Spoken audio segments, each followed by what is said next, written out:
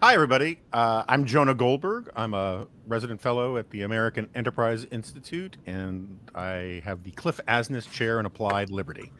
And we are doing a very exciting, very interesting event today on Jason Riley's new book, and a little bit also on his documentary about Thomas Sowell.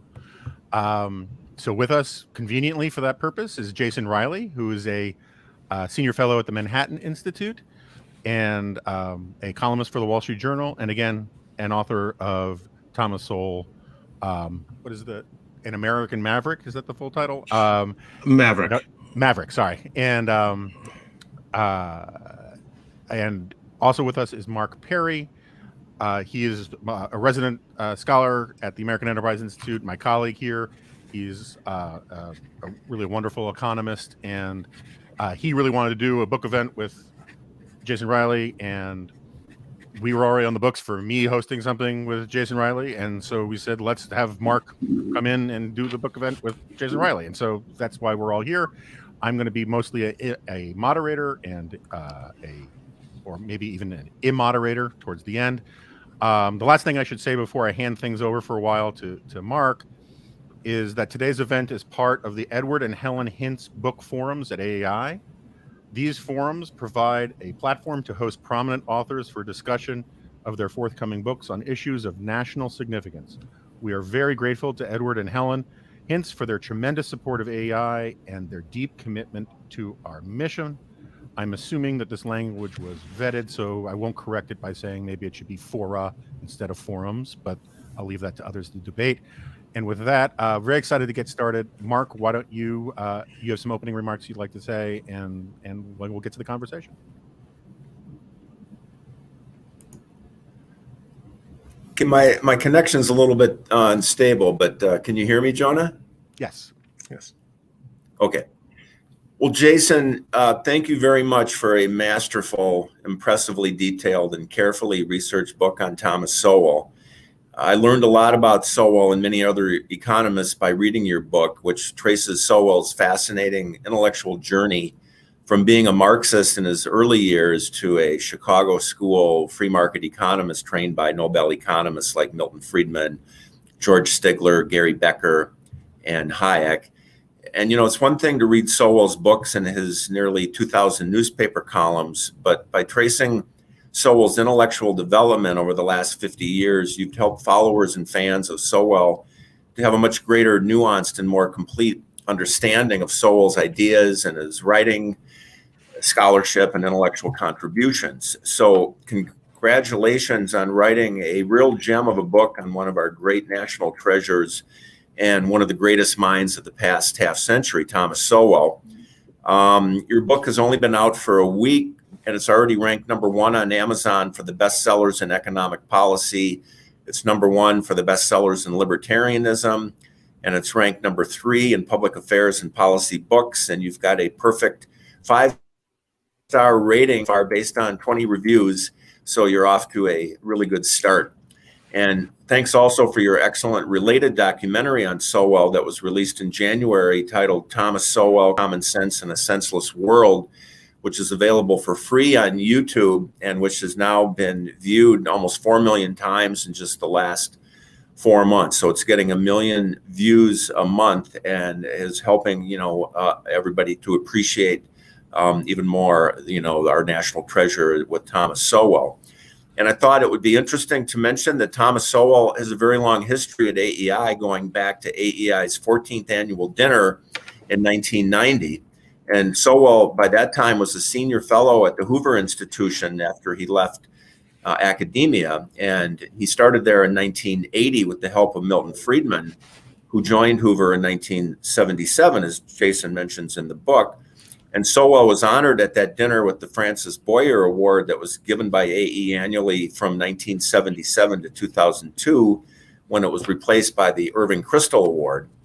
And before Sowell received AEI's award, it had previously been given to Gerald Ford, Henry Kissinger, Paul Volcker, Ronald Reagan, Antonin Scalia, and after Sowell, it was awarded to Alan Greenspan, Michael Novak, and Clarence Thomas. And at the 1990 event, Sowell was recognized by AEI for what they said was his, at that time, his singular contribution to economic scholarship and American political dialogue, which have enlarged our knowledge and deepened our commitment to the private social order. And Sowell's lecture at the 1990 AEI dinner was titled Cultural Diversity, a Worldview, and it starts like this. Diversity has become one of the most often used words of our time, and one seldom defined. Diversity is invoked in discussions of almost everything from employment policy to curriculum policy to entertainment to politics. So that was 31 years ago that Sowell was talking about the national obsession with diversity. And now today, all we hear about, especially in higher education, is the focus on the holy trinity of diversity, along with inclusion and equity, which I think is the correct order for those three words, because then it becomes DIE or die for short. And this helps illustrate something Jason highlights throughout the book, both the timelessness of Sowell's ideas and writings and his ability to be prescient, prophetic, and visionary. In chapter 6, Jason, you quoted Professor Pete Betke at George Mason, who said, I think we'll still be reading Sowell 100 years from now. And in chapter 5, when you talk about Sowell's 1996 book, Knowledge and Decisions, you write, the belief in social justice as a moral imperative has become all the rage, and its jargon, white privilege, systemic racism, unconscious bias, has entered the media lexicon. But Sowell saw the country bounding in this direction decades ago. And in chapter 8, you write about Sowell was expressing worry about the truly dangerous prospects of polarization in America back in 1995. And so here we are in 2021, and it does appear that Sowell correctly saw today's polarization 25 years ago. So these are more examples of Sowell's timelessness and his visionary ability to predict the future direction of social trends. I thought I'd also mention that I've quoted or cited Thomas Sowell more than 350 times on my Carpe Diem blog over the last 15 years, which I guess is why I'm on the panel today, or a panelist today. And that's even more than the 300 times that I've quoted or cited Milton Friedman. And those are my two favorite economists. And so it was fascinating to read in your book about the professional and personal relationship between Sowell and Friedman over the years. I checked, and you cited Milton Friedman almost 100 times in your book. So that extensive coverage of Friedman was really interesting and informative. Now, Jason, you described your book in the introduction as primarily an intellectual biography of Sowell, meaning that your focus is not so much on his life story, much of which, as you mentioned, has already been covered in Sowell's autobiography in 2000, A Personal Odyssey, but your book is primarily a detailed biography of Sowell's scholarly output and his ideas and writings, and you describe your book as a treatment of Sowell's ideas. So maybe you could start by giving us kind of the big picture about how this book project came about, how long you worked on it, how much direct access you had to Sowell, why you took the approach you did, and maybe any connection between the book and the Sowell documentary. Okay, well, thank you for that introduction, Mark, and I wanted to thank you and Jonah for taking the time to do this, and thank AEI as well. This book came out of my own appreciation of Thomas Sowell and the impact he had on me personally. I discovered Tom when I was in college in the early 1990s, and I worked on the school paper and was sitting around with some of my colleagues on the paper one day discussing affirmative action. And someone said, Jason, you sound like Tom Sowell. And I said, Tom who? And the person wrote down the name of one of Tom's books on a sheet of paper. I went to the school library that evening and checked it out and read it in one sitting. Went back to the school library the next day and checked out the rest of its collection of Tom Sowell's works, and have been hooked ever since. I got to meet Tom initially while working at the Wall Street Journal in the mid-1990s. He would come through New York on book tours and meet with editorial boards. and that's how I initially first met him. Later, I traveled out to the Hoover Institution at Stanford University in the mid-2000s to write a profile of Tom for the paper, and that's when we sort of struck up an acquaintance that has endured. So he's had a really profound impact on my own thinking about many issues that I've covered as a journalist that I still write about today. And so I was kind of surprised that he didn't have a biographer. And didn't particularly want one. So I would have written this book years ago if Tom weren't so stubborn. But he's going to be 91 years old later this month. So I think I just sort of wore him down over time and got some of his friends like the late Walter Williams and Shelby Steele to go to bat for me. And finally, Tom said, okay, go ahead, I'll cooperate.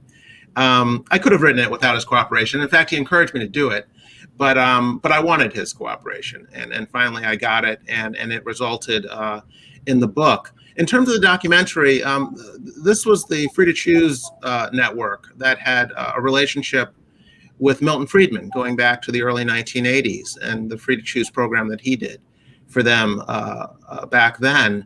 And they wanted to do a documentary about Tom, and then found out that I was working on a biography. And so they approached me and said, would you be interested in narrating this film and doing some of the interviews?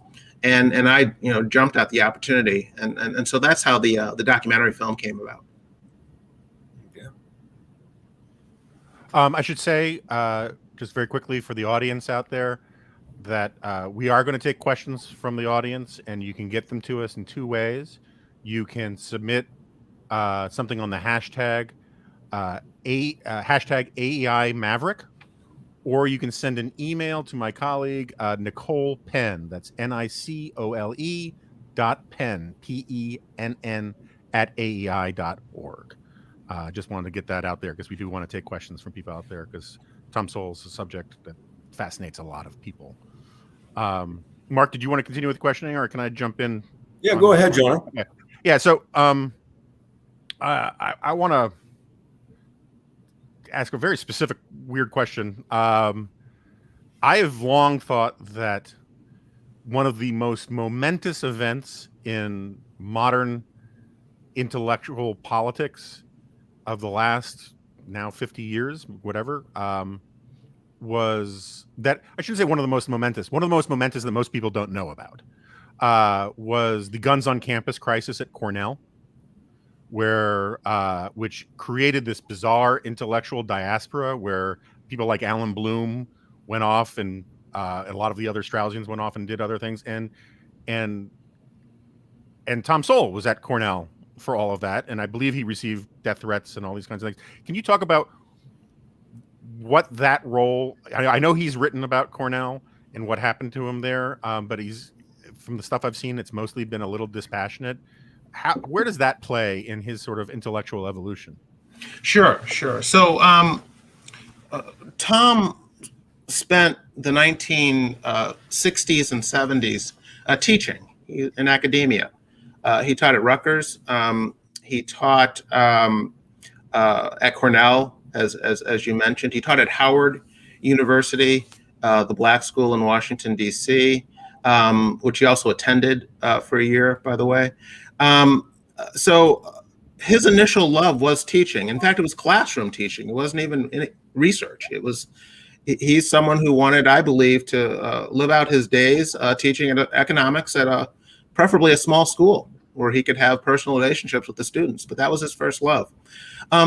I think his experience at Cornell really soured him on teaching.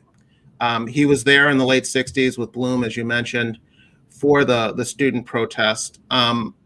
And he stuck it out into the 70s. He continued to teach, kind of had one foot out the door, however, through most of the 70s. But he did teach at places like Amherst and Brandeis and eventually UCLA in the 70s. But the Cornell experience, I believe, was pivotal. And the reason, I think, is that academia was changing in the 1960s.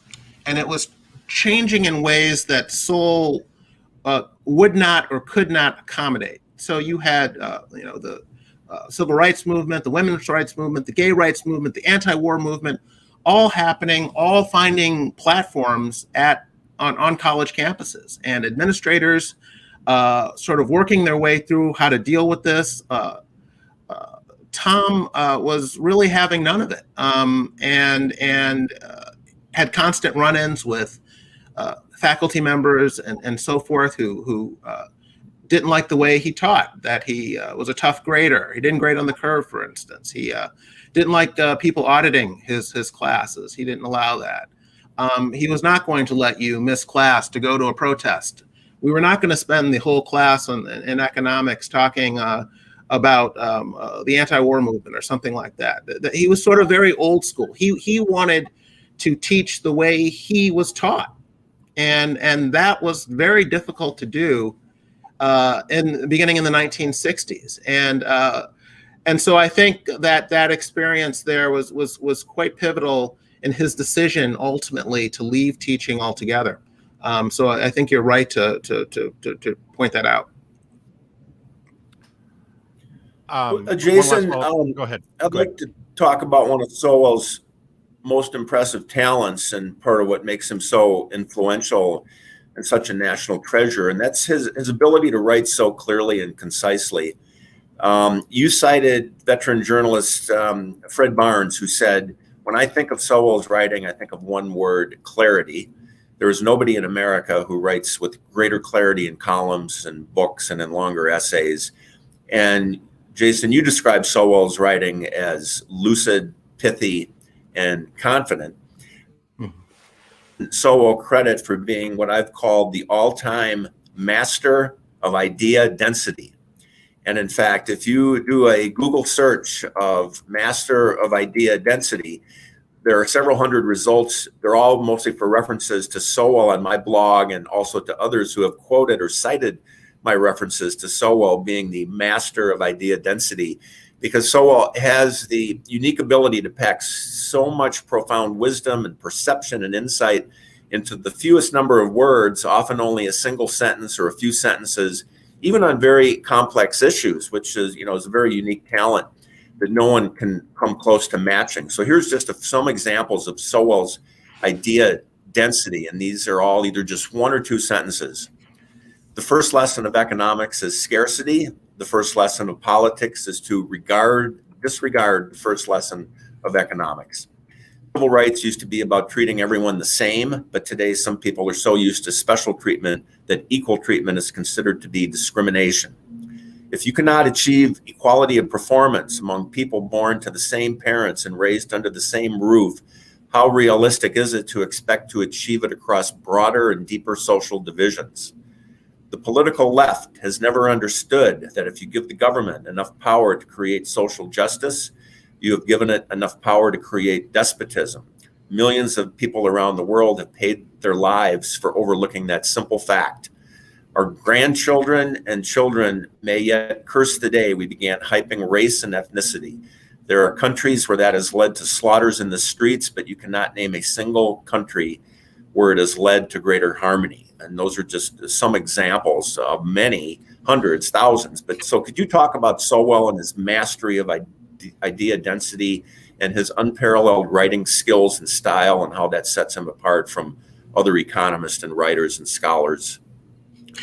Sure, you're right. He's an academic who can write, and that's rare.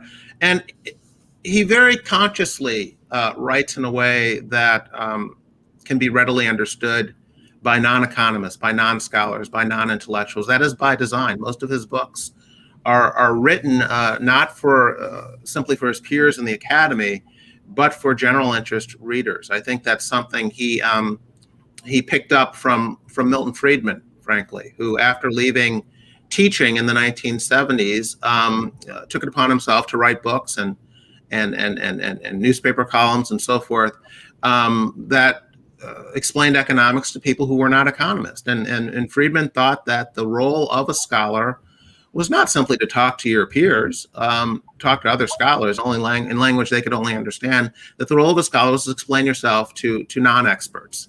And Tom took that to heart, and he has spent much of his public intellectualism, public life over the past half century doing exactly that in book after book after book.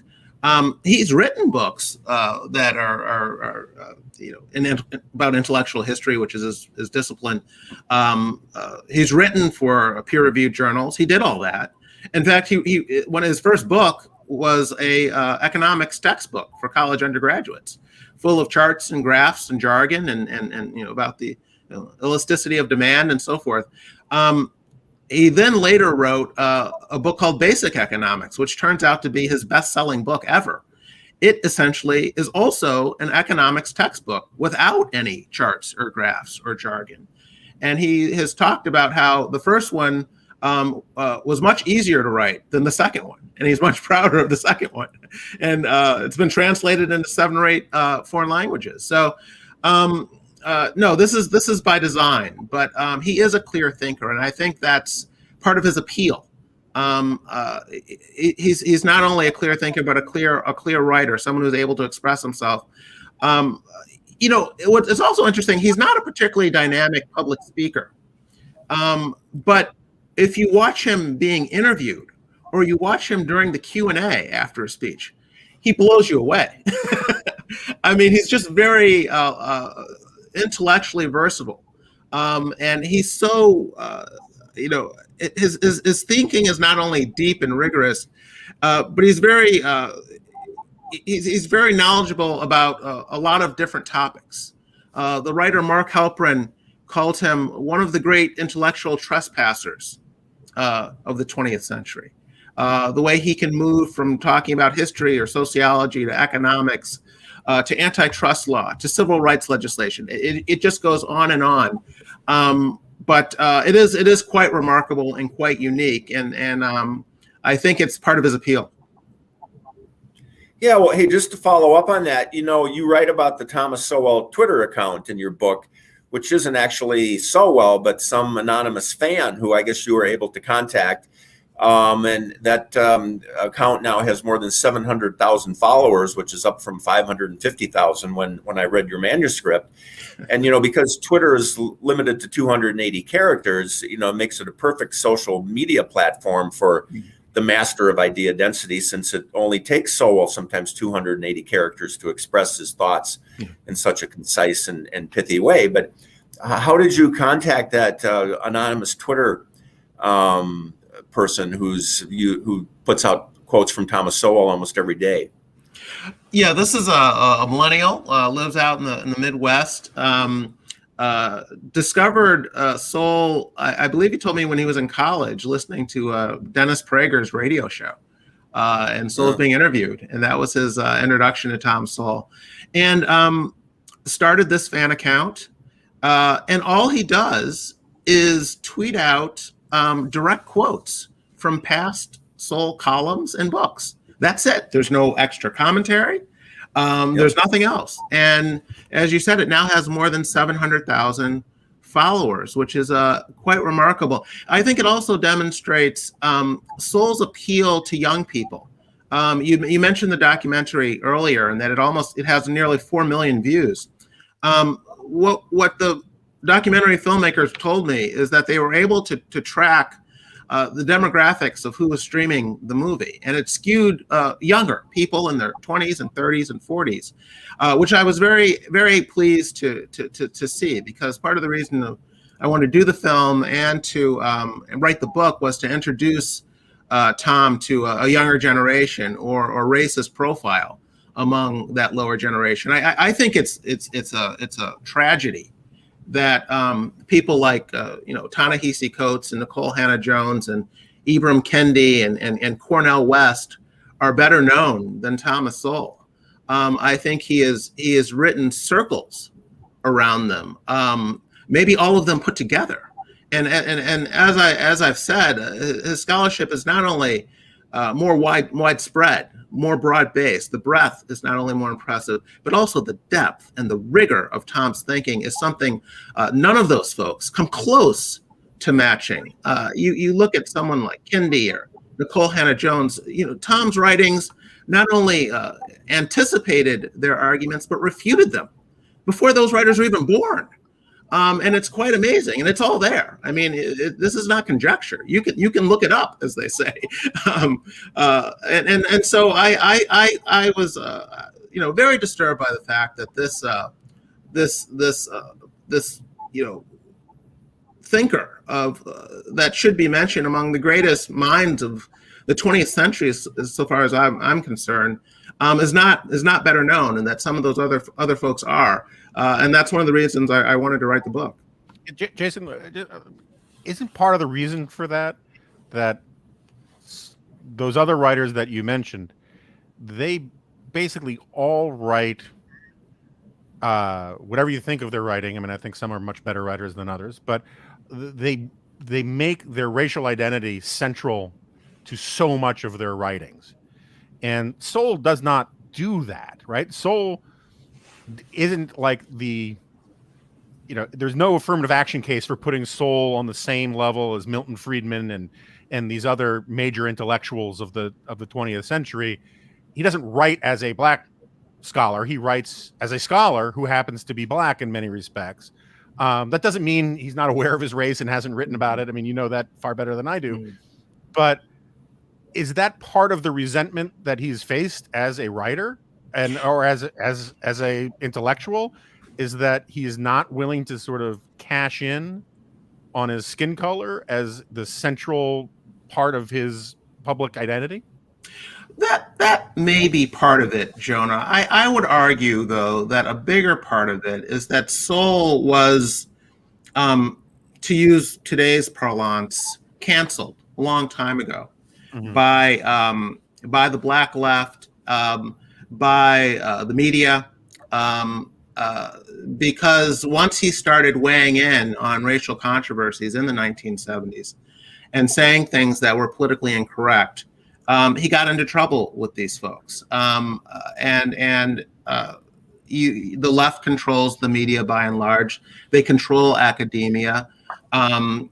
They control the institutions, the circles that hand out the intellectual awards and prizes and so forth. And they locked Sowell out of this. He became persona non grata. He was not someone you were supposed to go to on issues of race and ethnicity and culture and so forth. And they've been quite successful in doing that. I think Tom, one of the ways Tom has distinguished himself is not only by being an intellectual who can write, as Mark was pointing out, but by being a straight shooter, someone who has put truth-telling above popularity, someone who is willing to follow the facts where they lead, even when they lead to unpopular or politically incorrect conclusions. And that shouldn't, in a better world, that would not distinguish you as a scholar. That's what we expect intellectuals to do.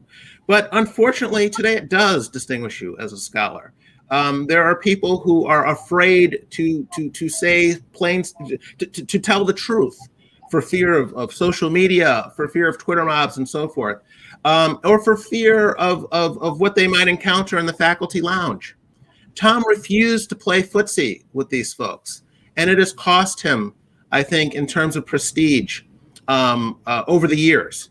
I don't think he much cares on a personal level, but he does care in the sense that it has prevented many of his ideas from getting out there and getting the circulation they deserve.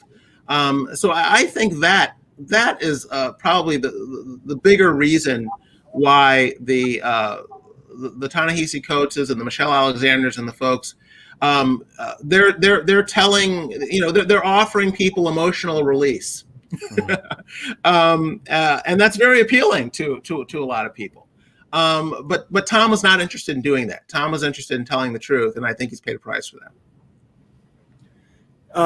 And Jason, you pointed out, though, that Sowell's ideas and writings have been rejected not so much by the black community, but by the black left and the black leaders and black intellectuals, which is kind of what you're talking about. And You write in the book that there's a long history of conflating the interest of most Black Americans with the interest of Black organizations, Black journalists, Black academics, and other Black elites who profess to advocate on their behalf.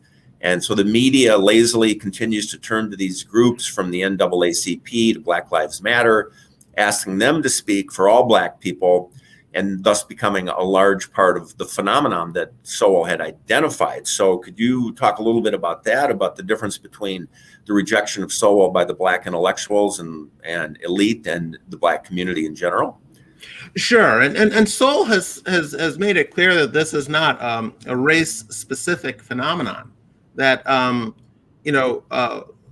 Black elites don't no more represent everyday Blacks than white elites and white intellectuals represent everyday whites. So it's not unique to Black elites, but it is a problem that has been going on for some time. I mean, you can trace it back to at least as far back as the busing wars of the 1970s, where you had groups like the NAACP who fully supported putting these kids on buses for a couple hours every day and shipping them out to integrate white schools. Black parents did not support this. They wanted the good schools built down the block, right there in their neighborhoods. But the Black elites supported this. This continues today in the education realm with charter schools, which find overwhelming support among Blacks, and particularly low-income Blacks with school-age kids. Yet groups like the NAACP oppose charter schools, oppose vouchers. Black politicians in the Democratic Party, again, Barack Obama spent 8 years in office trying to shut down the DC voucher program, even though it has overwhelming support among Black people. And you see this continue today with activist groups like Black Lives Matter calling for defunding the police. That is not popular among Black people in low-income Black communities who support crime control and have for decades. We see it come up with issues like voter ID. Most Blacks support voter ID. Most Black elites do not.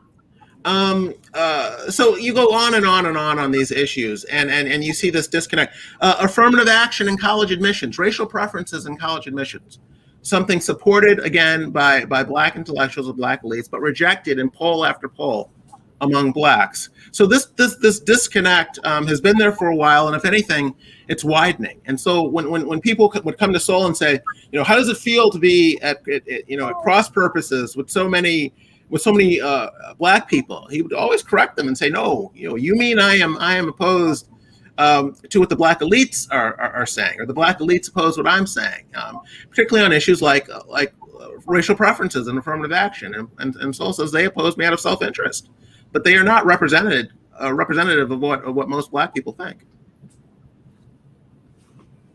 I have one last real eggheady question.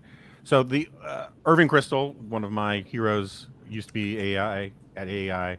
He famously described a neoconservative as a liberal who was mugged by reality. Other more pejorative definitions or explanations of what neoconservatism was involved, former Marxists or Trotskyites moving rightward over time. Tom Sowell was a Marxist. I learned from you that he didn't stop being a Marxist because he took classes from Friedrich Hayek and Milton Friedman. He got it from working in the government, which gets to the mugged by reality part. But he's also, his biggest mentors were basically Austrian school economists. On economics, he's basically a libertarian. I think that's fair to say. I'm open to correction on that. But on cultural issues, he's more of a conservative. What is he? I mean, like in terms of what label, what flag would you put him under, or what flag would he fly under?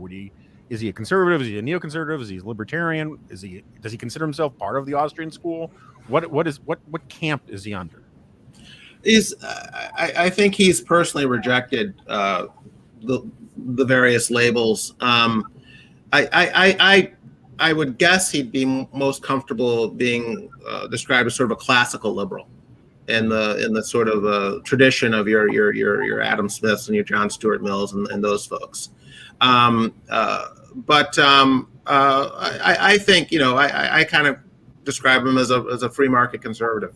and I think that label fits him as well. But you're right, he did start out on the left, and again, it's interesting. It's not only not unusual for a lot of conservatives today to have started out on the left. And Milton Friedman is another example. Ronald Reagan started out on the left. I'm sure there are any number of conservative scholars at AEI that in their youth started out on the left. And among blacks, black conservatives, it's interesting. A lot of them didn't merely start out slightly left of center. Clarence Thomas was a Black Panther. Walter Williams was far more sympathetic to Malcolm X than he was Martin Luther King. Shelby Steele was a leftist in the 60s. So it's not at all unusual. Tom has said that he was taken in by Marx's writings in his late teens and early 20s, and they sort of explain the world around him. Tom was a high school dropout. He had a pretty tumultuous home life. He left home at the age of 17, struck out on his own, did a bunch of menial jobs, was a messenger for a time period for Western Union. And the job was located in Lower Manhattan, and he lived up in Harlem, in the northern part of the island. So sometimes he would take a double-decker bus home from work, and he would just watch the neighborhoods change. He'd, go through the financial district. He'd go through the ritzy shopping districts, past Saks Fifth Avenue and past Carnegie Hall, and then up Riverside Drive through another wealthy neighborhood. And then he would cross this viaduct and enter the tenements, enter the ghetto. And he would say, "What just happened? Why does this look like this?" And he said, at that time, Marx explained it in pretty clear language. The people down there were exploiting the people up here, and that was a very appealing view, and that's something that he latched onto at the time. And as you said, it took a job in government and looking at various government programs. And minimum wage being among them, and the effects it was having on employment, particularly the employment of disadvantaged minority groups, and that is what ultimately began to change Tom's thinking about the benevolence of government in general, and how you have to weigh intentions versus outcomes. And when he started looking at outcomes, he said, Marx has it wrong.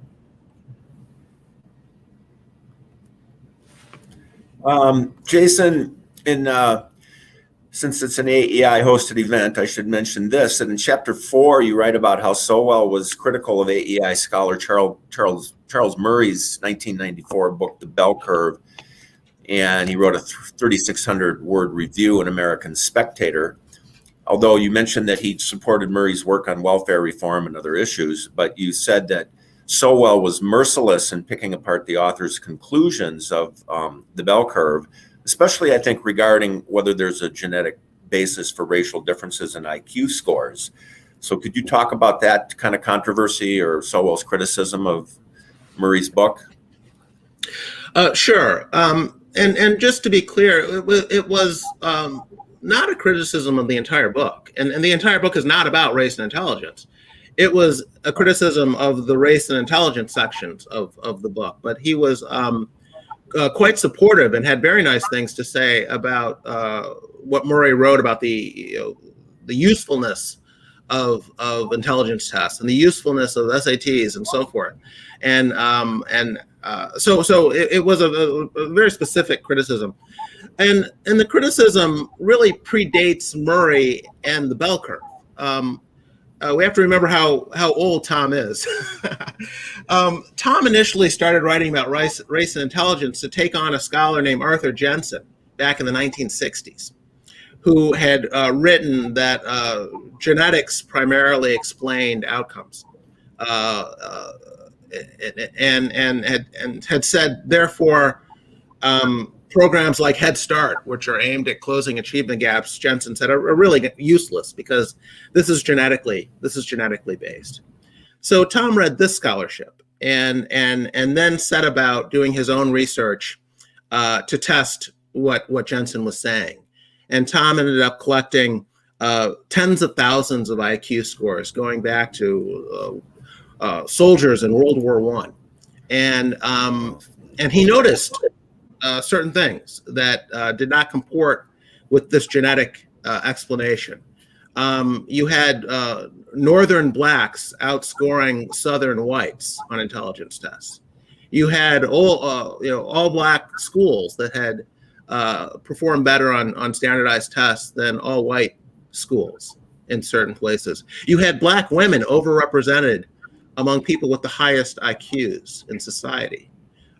You had black orphans raised by white couples with IQ scores that were well above average. None of this comported with a genetic explanation. And finally, and this is something that James Flynn, the late scholar James Flynn, picked up and is known for the Flynn Effect. Tom noticed that an IQ score of a group could improve remarkably over 1 or 2 generations. In fact, a group could raise its score a larger amount than the difference in scores between groups. And again, arguing that an environmental explanation seemed far more plausible than a genetic explanation for intelligence differences. And so when Murray's book came along and basically picked up on Jensen's ideas, Tom had already looked into this issue decades earlier and simply applied a lot of his earlier research to critiquing Murray's. One other thing I'd add about this, and this is something, again, you would think that these black scholars out there on the left would be appreciative of what Tom had done, this work that he had done on race and intelligence. I mean, they were not. Many of them didn't want to talk about it. They wanted to call Jensen names, just like they want to call Murray names. But Tom said, this isn't about name calling. If you think they're wrong, go show they're wrong. Put forward the data demonstrating that they are wrong. But there were many black scholars who found out that Tom was working on this area, in race intelligence, and urged him to stop it because they were afraid of what he might find. Tom didn't know what he might find, but he said, if we want to help the black underclass, we need to know where they are. And they're only going to move forward from where they are, not from where we hope they are, or want to pretend they are. They have to get wherever they're going to go from where they are. Therefore, we need to know where they are. And all these tests are doing is telling us where they are. And that holds true today when we're talking about the SAT or the standardized test used to enter specialized high schools. We have this whole anti-testing movement out there that think the test is causing the gap. And if we just get rid of the test, we'll get rid of the gap. No, you won't. You'll just obscure that gap. You will not be helping these kids. But this is an argument that Tom was making many decades ago. And so, yes, he did critique Murray's work in that vein. But I should add that Murray, took it in stride. Murray, someone I interviewed for the Soul book, had nothing but kind things to say about Murray, and they still have a professional relationship, just as Tom continued a professional relationship with Jensen up until Jensen's death. But it wasn't an ad hominem name-calling type of arrangement. Tom took on his arguments, and Jensen was appreciative of the intellectual pushback.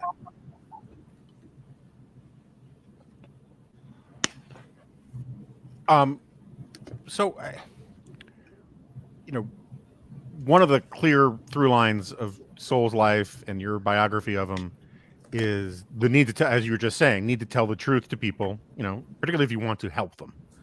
And I don't mean to put you on the spot, but as a biographer, what would you say? I mean, I'll lay my cards on the table. Enormous Tom Sowell fan. Big fan of yours. But I don't think I'm open to a lot of pushback when I say that Tom Sowell can be difficult at times to deal with, and he does not suffer fools lightly. I think is also a fair characterization.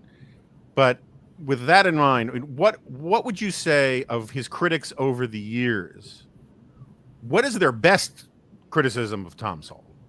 Not the ones that, I mean, it's great and important, and we spend a lot of time pushing back on the unfair criticisms of Tom Sowell. But what would you say if you were his life coach? You had the ability to go back in time and say, "Hey, Tom, you're brilliant. You got a lot of things going for you, but maybe don't do X, Y, or Z." What would be X, Y, or Z be?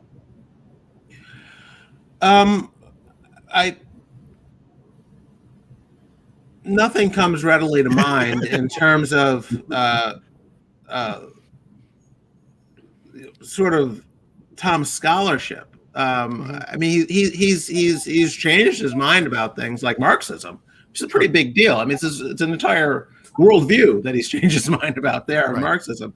And he did it as an adult. This wasn't a youthful indiscretion. You have to keep in mind, Tom didn't graduate from college until he was 28 years old. He didn't get an undergraduate degree. He didn't write his first book until he was 40. Mm-hmm. And you think about how prolific he's been. It's remarkable how late a start he got. But this move away from Marxism occurred when Tom was an adult.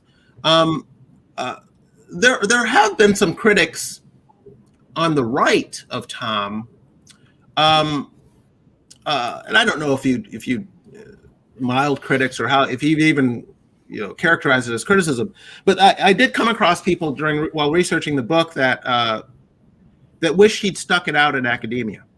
Mm-hmm. They like Milton Friedman did for many years.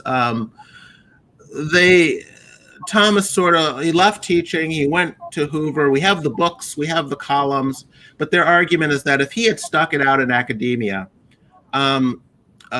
he would have had thousands of graduate students and that he had mentored and so forth, and we'd have a whole army of up and comers out there today proselytizing these issues that Tom cares about. And I think that's there are obviously trade-offs there, as Tom would be the first to tell you. We probably wouldn't have all the books. But I think that's one of the critiques of the choices he's made that I've come across. Yeah, one thing I would say, Jason, in fact, I think it's illustrated in your documentary. It seems that, Thomas Sowell has really mellowed over the years, but in the earlier days when he would appear on TV, he always seemed very angry. In fact, I think that opening clip of yours in the documentary shows Sowell in his younger years when he seemed kind of angry. Now, in his later years, he seems so mellow when he's being interviewed by you or Dave Rubin or anybody else. So thought I'd mention that. Now, speaking of Sowell's books, can we expect another book from Sowell, do you think? He's going to turn 91 in about a month? I don't know. He just put one out last year. He wrote a book on charter schools that came out on his birthday in 2020. So my goodness, give him some time. I wouldn't be surprised if he isn't working on an update or a new edition of one of his older books. He does that from time to time as well. But he retired the column back in 2016, so he has slowed down a bit. But like I said, he did publish a book last year, so I wouldn't rule it out. Okay. Say you wrote in chapter 9. You wrote about that Sowell's two columns in 1981 in the Washington Post. He had two.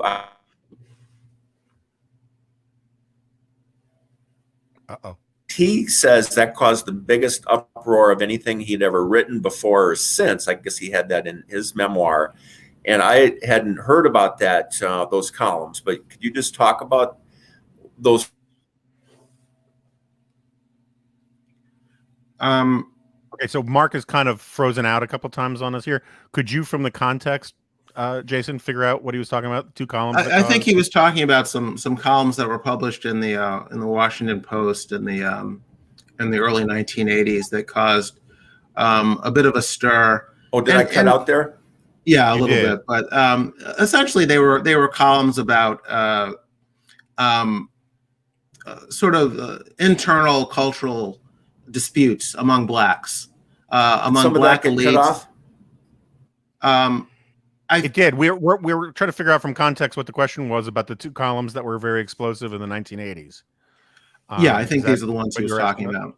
So he wrote a couple of columns in the Washington Post about some of these the sort of the black bourgeoisie versus the black working class, and Tom had come out of the working class, and he talked about how for decades black elites had looked down on blacks in the working class, and he talked about how a lot of the black leadership had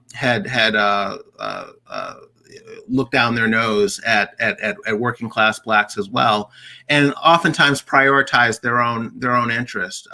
One example of this would be the restrictive covenants, the debate over those in the middle part of the century, and these were the NAACP spent a lot of time trying to get these declared illegal or unconstitutional. They eventually were.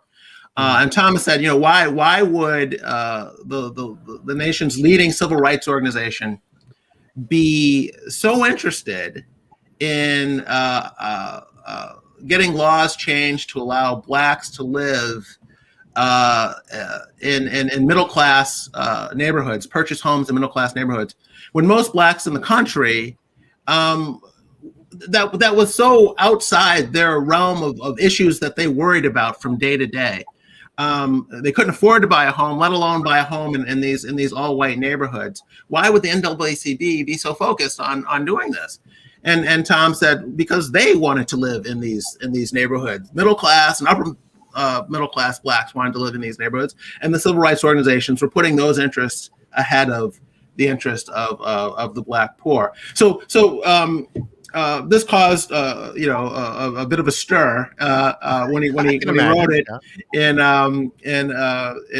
Washington D.C. In the Washington Post, and so that's what Tom was referring to in those columns. Mark, we'll have to fill you in on the full answer later. I apologize, but I think he answered the question that you intended to ask. Mm-hmm. All right. Yeah, I think I dropped out. I think I'm back now. So, yeah. So, how is Tom Sowell's relationship with other?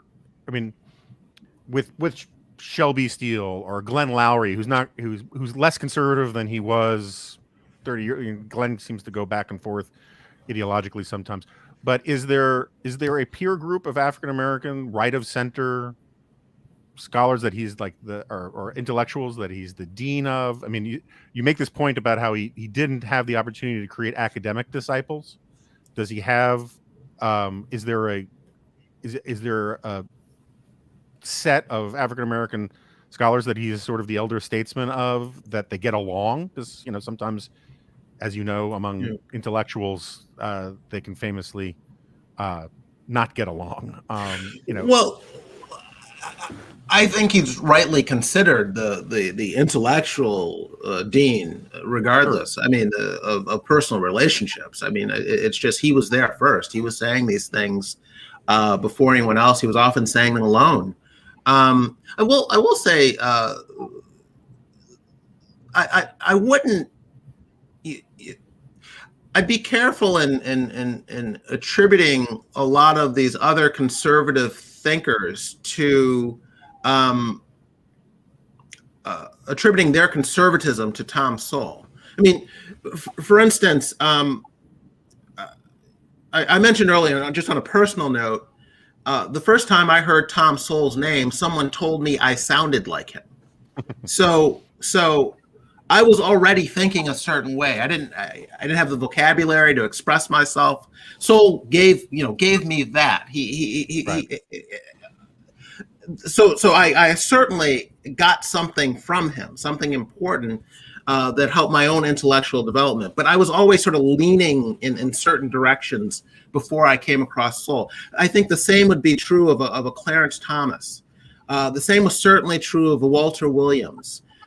People like to, it's been written and reported that falsely that Tom mentored Walter Williams or that Walter was a student of Thomas Sowell's.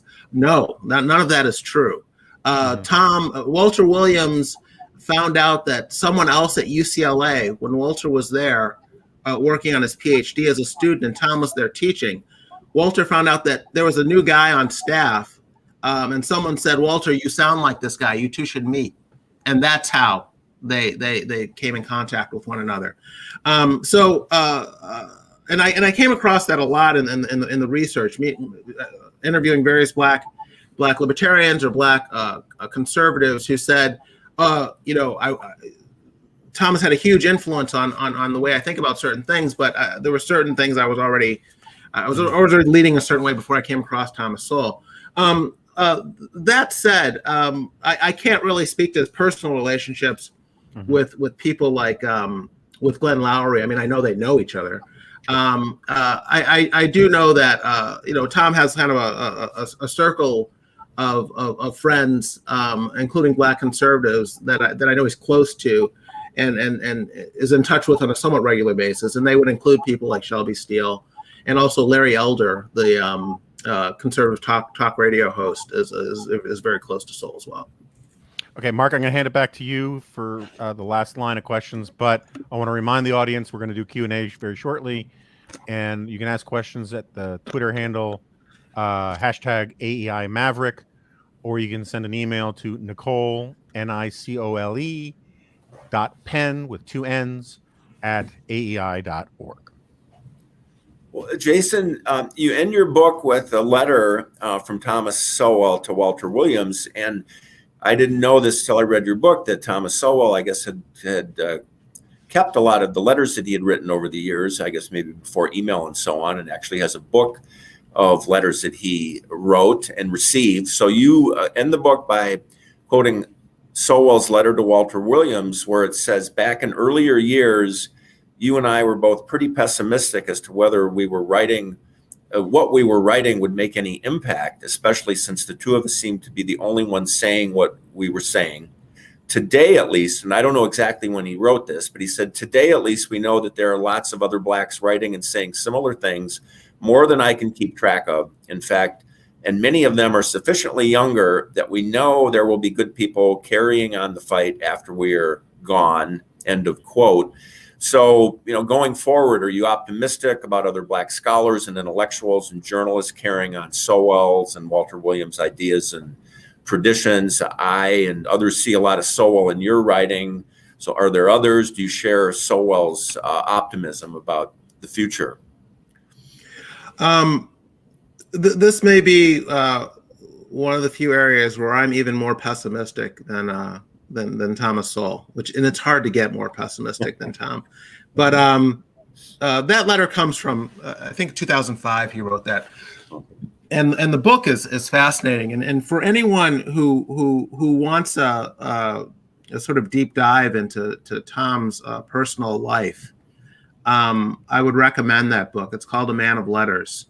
And it's remarkable. He going back to at least the 1960s, Tom kept copies not only of letters he received, but he made carbons of letters he sent to other people way back then. And so he published this entire book of correspondence, and it's I found it even more intimate than the memoir that he published in 2000 called A Personal Odyssey.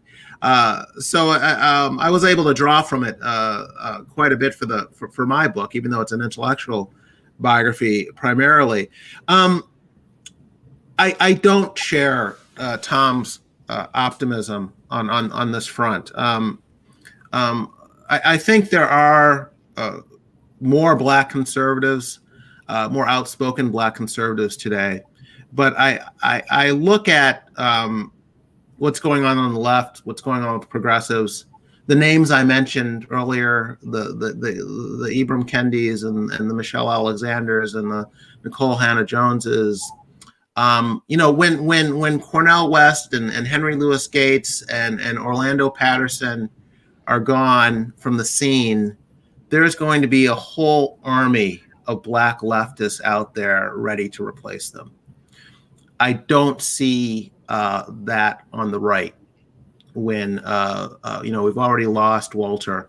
I just don't. I don't see another generation of Tom Sowells coming along to carry on his work. I mean, I'm a journalist, but I'm talking about scholars, economists, historians, political scientists, social theorists. Tom is all of those things, and I wish I saw more. There's not that there are none. I just wish I saw more and more prominent ones coming along than I do. So I'm a little more despondent, and particularly watching. And as I said, that was written.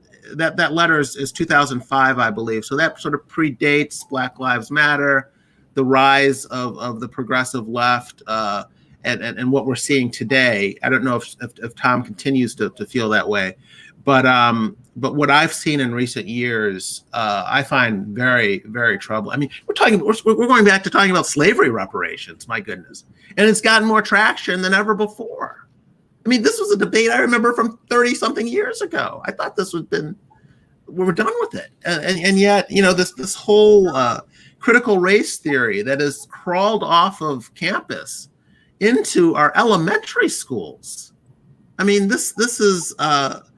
I find it very disturbing, and to me, it shows that the progressives are winning these battles over these racial controversies right now, and things might get worse before they get better, frankly. Mark, was that your last prepared question? Yeah. I know you. Yeah. Okay, so we're going to move on to the Q&A section now, and you actually anticipated one of the questions I had in the queue, which is about how you see the trajectory going forward, and if I can paraphrase your answer, buy gold. But another question, which is very related to this, is from Dina. What can I say to my well-intentioned African-American friends who are buying into the Black Lives Matter agenda and are convinced that BLM is really about improving Black lives? I don't think you need to feel obligated to say anything to them. It's not your problem. I mean, and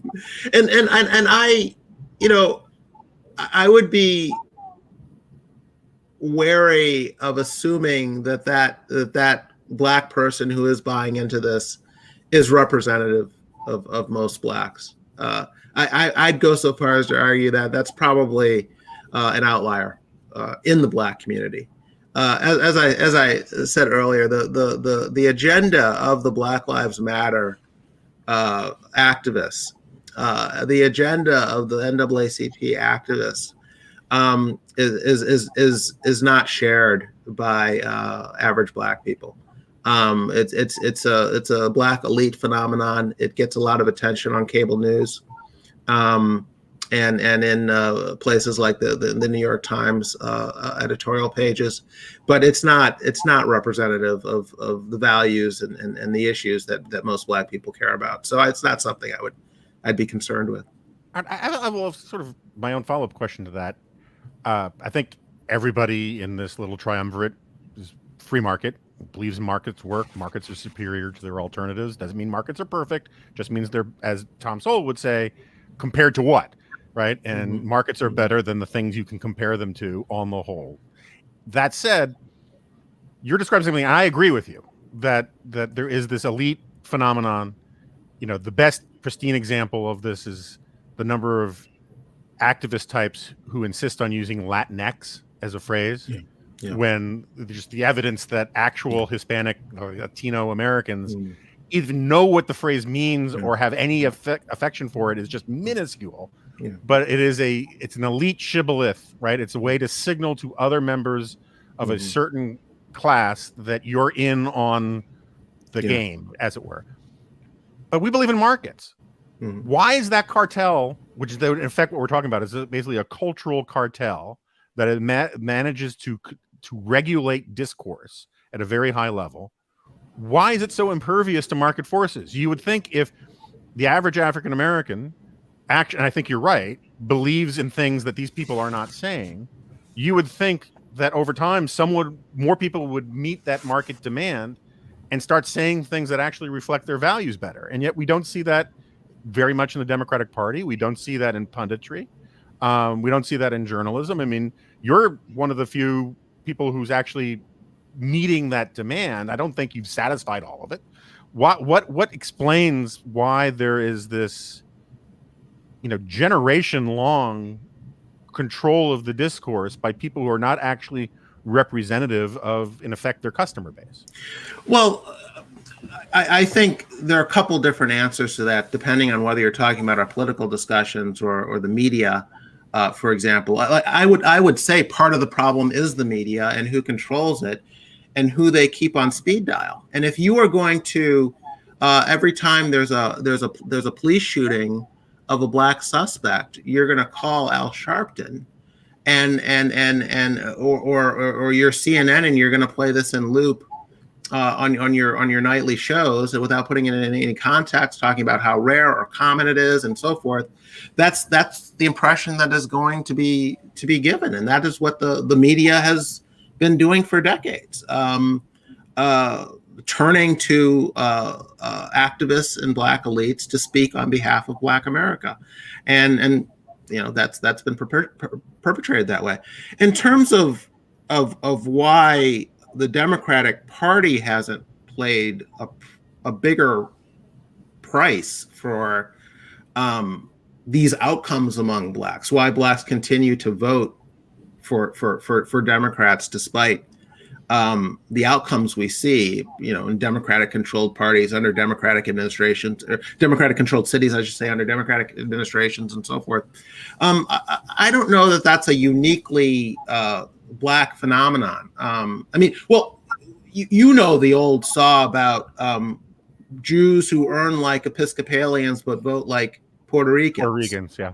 Or I'll give you a more recent example. Out in California, we had in 2020 we had the Prop 16 ballot initiative, which would have ended racial preferences, it would have reinstated racial preferences in college admissions, something that had been banned back in the 1990s.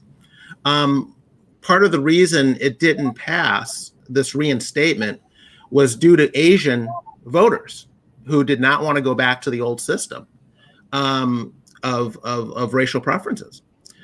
Yet those same Asians voted overwhelmingly for Joe Biden for president. So people say, why do blacks support school choice but vote for Democrat? It's not a uniquely black phenomenon. People compartmentalize these things. The other thing is, you were talking about markets. In the political marketplace, a lot of blacks don't think they have an alternative to the Democratic Party. Mm-hmm. Their choice is to vote Democrat or stay home. And that is largely, I think, due to the lack of Republican outreach for black votes. They don't go into these neighborhoods typically.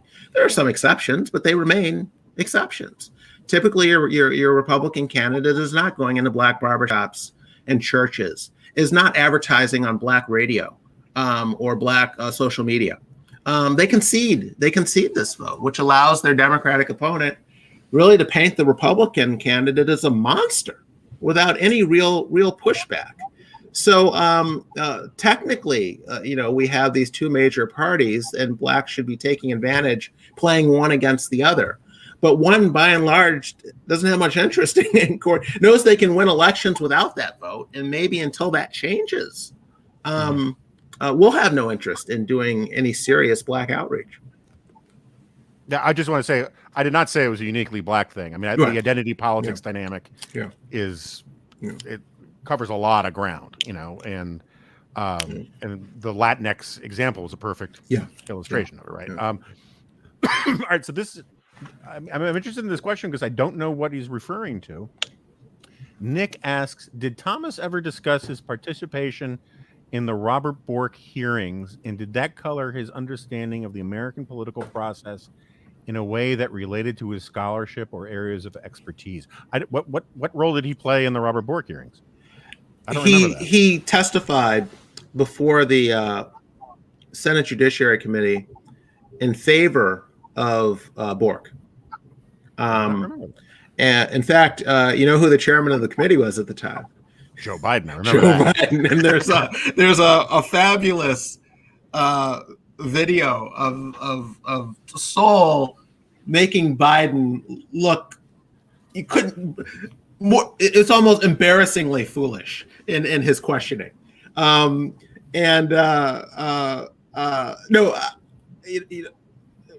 Thomas said he wanted to testify because he'd heard all these awful things about Bork that were being said in the media regarding his civil rights history. And then Sowell went and looked up what Bork had actually written, what he'd said, and it was nonsense. And Sowell said someone should stand up for this guy, and he went and testified. No, were they friends beforehand or anything like that? Did they know? I think they knew each other. I don't know how friendly they were, but I do think they knew each other when Bork was alive. I don't think that this event had any particular effect on Sowell's view of Washington or politics or how it worked. Those views had formed years earlier, back during the Ford administration, frankly, when Sowell was being considered for various positions in the administration. They wanted him at Labor. They wanted him on as an economic advisor and so forth. Sowell ultimately decided to stay out of government, but he got his fill of the machinations of Washington back then. So by the time the mid '80s came around and he was testifying in favor of Bork, he knew what he was getting into. Yeah.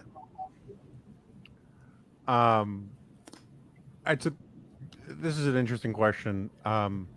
Does Sowell's free market libertarianism ever come into conflict with his conservatism? This is from John, and I mean, one of the reasons why I find it an interesting question is, one, I'm a geek and I like these questions, but two, that, you know, Sowell's libertarianism really does harken back to an older form of libertarianism, back when it used to be called individualism rather than libertarianism. That old Frank Meyer fusionist libertarianism was much more comfortable with social conservatism than a lot of libertarianism today. But can you think of any examples of where the two came into conflict with him? Well, I think this is part of the reason Sowell is so wary of these labels that people want to put on him. He takes issue with some libertarian thinking, particularly on defense policy, a serious issue. He takes issue with neoconservatives when it comes to nation building, which is something he is adamantly opposed to doing. So it's hard to apply some of these labels to him. It's much easier to say, give me the issue, I'll tell you what I think. In Sowell's case, than to try and put him into some broader category. If Sowell is, do we have a couple of minutes for me to talk about this? Yeah, absolutely. I'll just to give you, if you want to get inside of Sowell's head and to understand where he's coming from on any number of issues, whether it's race, economics, history, law, migration, the book to read is called A Conflict of Visions, and it's a book that he published back in the mid-'80s, 1987, I believe. And it's really a book about the history of ideas. And he tries to explain sort of what drives our ideological disputes about freedom and equality and justice and so forth. And he traces these ideas back centuries to the writings of people like William Godwin and Edmund Burke, and down through Rousseau, down to John Rawls and so forth.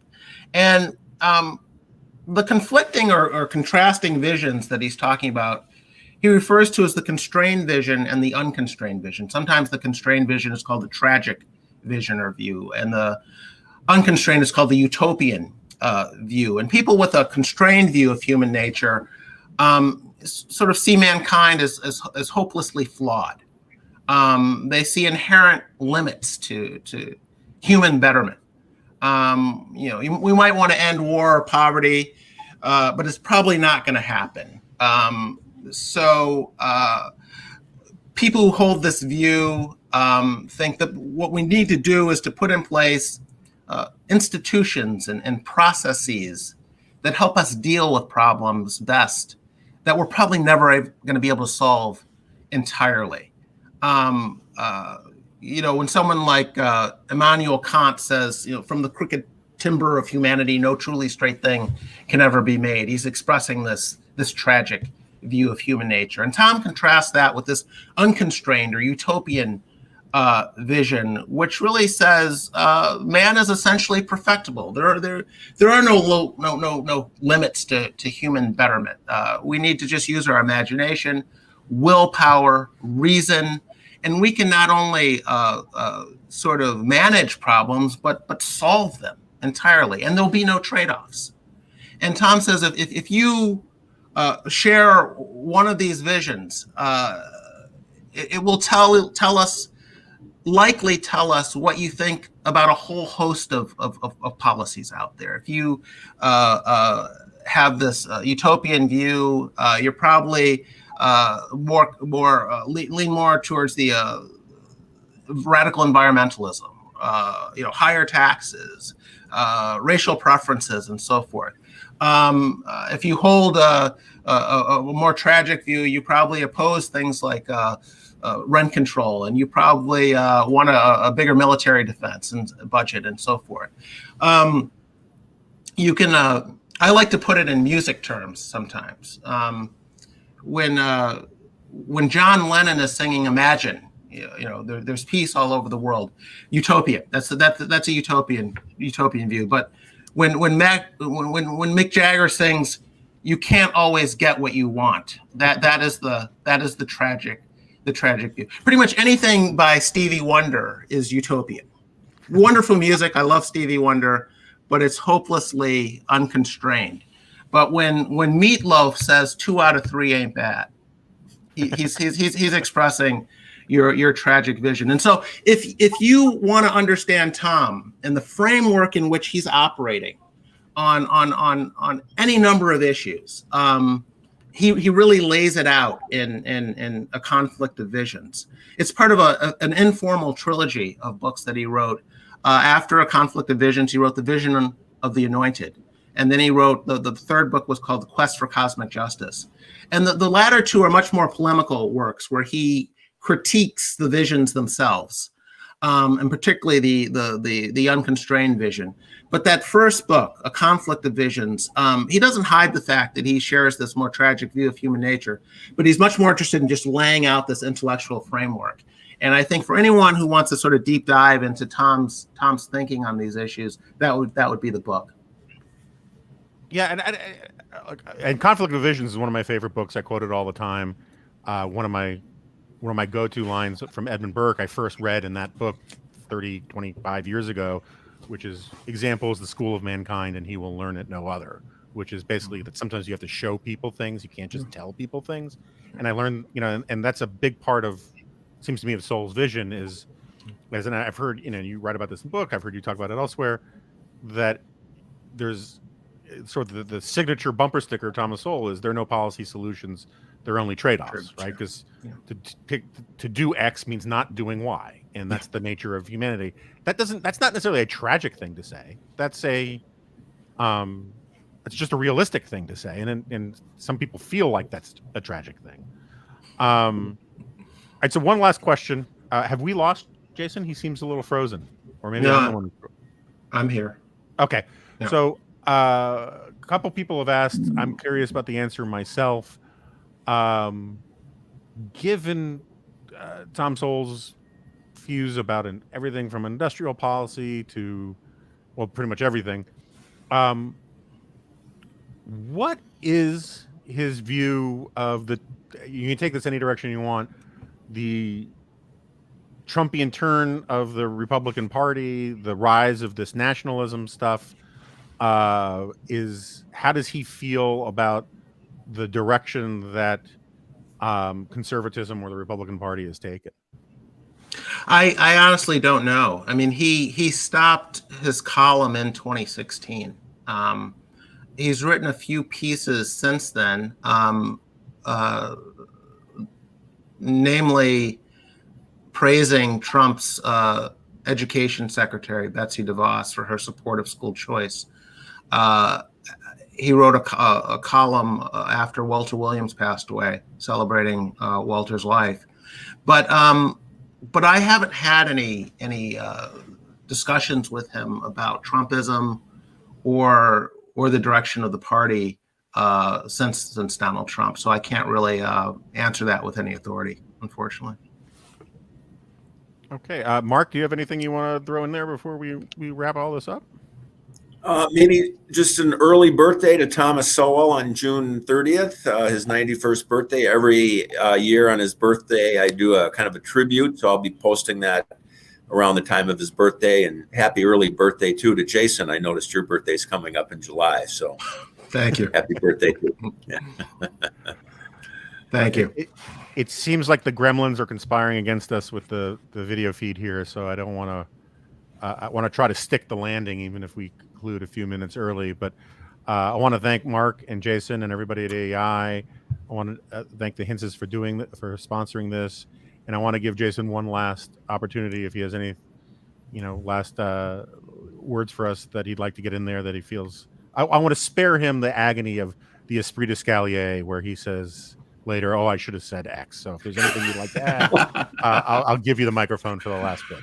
No, I've enjoyed this. I appreciate AEI's interest in Tom and his work. As I said, I think Tom's scholarship has a lot to say, speaks to a lot of the topics we're still discussing today: social justice issues, inequality, racial preferences. Tom has written about this stuff for decades.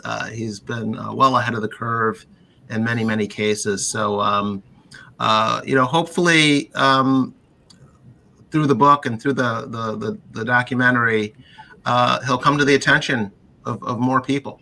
And that was the goal in me endeavoring to write the book and narrate the documentary. So we'll see what happens. But thank you again for your time, and I want to thank all the viewers for taking out some time this afternoon for this chat. I appreciate it.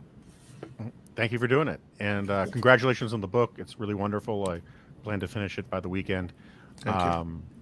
And with that, I just want to say thank you all for tuning in, and please come to other AI events in the future. Thank you, Jason. Thank you, Jonah. Thank you.